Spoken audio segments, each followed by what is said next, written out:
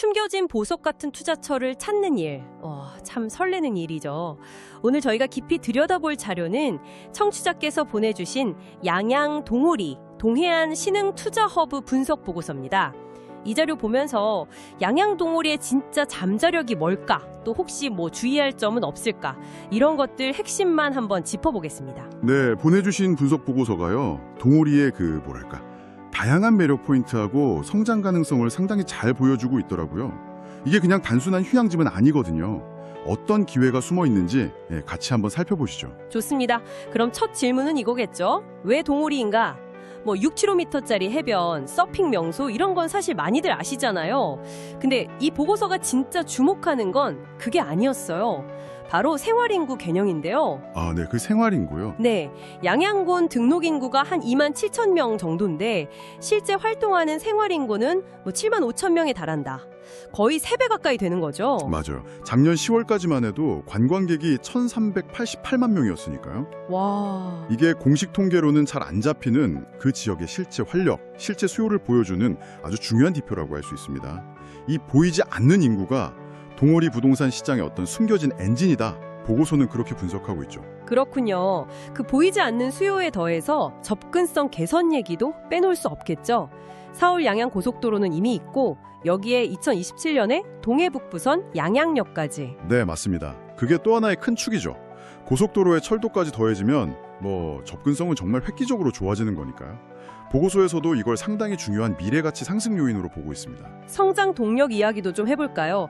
공공주도 개발 사업들이 좀 눈에 띄던데요? 네, 맞아요. 분석 자료를 보면 크게 두 가지가 핵심이더라고요. 하나는 양양역 주변을 개발하는 역세권 사업인데요. 한 1,400억 원 규모로 복합 상업, 주거 공간을 만드는 거고요.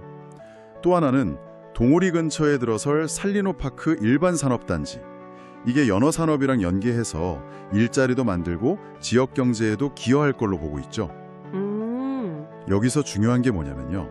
요즘 민간 건설 쪽 PF, 그러니까 프로젝트 파이낸싱이 좀 어렵잖아요.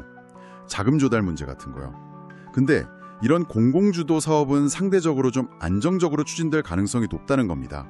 그래서 장기적인 지역 발전을 이끌 동력으로 볼 수 있다는 거죠. 아, 그게 또 차별점이네요.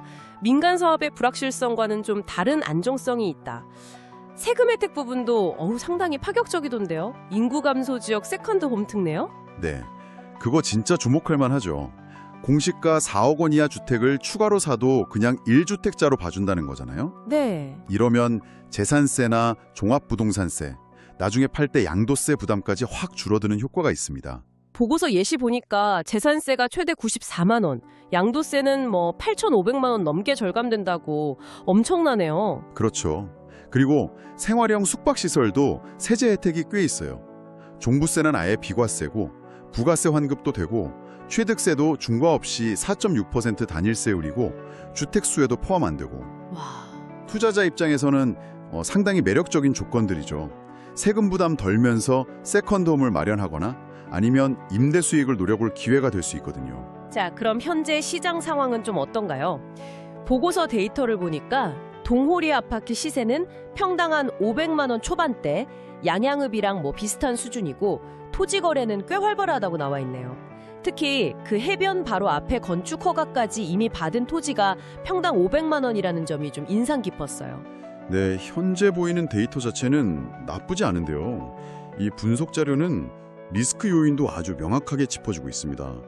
예를 들면 일부 민간 대형 리조트 사업들이 자금 문제 같은 걸로 좀 지연되고 있다는 점, 또 단기적으로 숙박시설 공급이 너무 많아지는 거 아니냐라는 우려도 있고요. 아, 공급 과잉 우려? 네, 그리고 전반적인 부동산 시장 변동성 자체도 무시할 수 없는 변수고요. 그래서 보고서도 대규모 투기성 개발 같은 데는 좀 신중하게 접근해야 한다, 이렇게 조언하고 있습니다. 확실히 공공개발 호재만 보고 막 뛰어들기보다는 이런 위험 요인까지 잘 따져서 균형점을 찾아야겠네요. 맞습니다.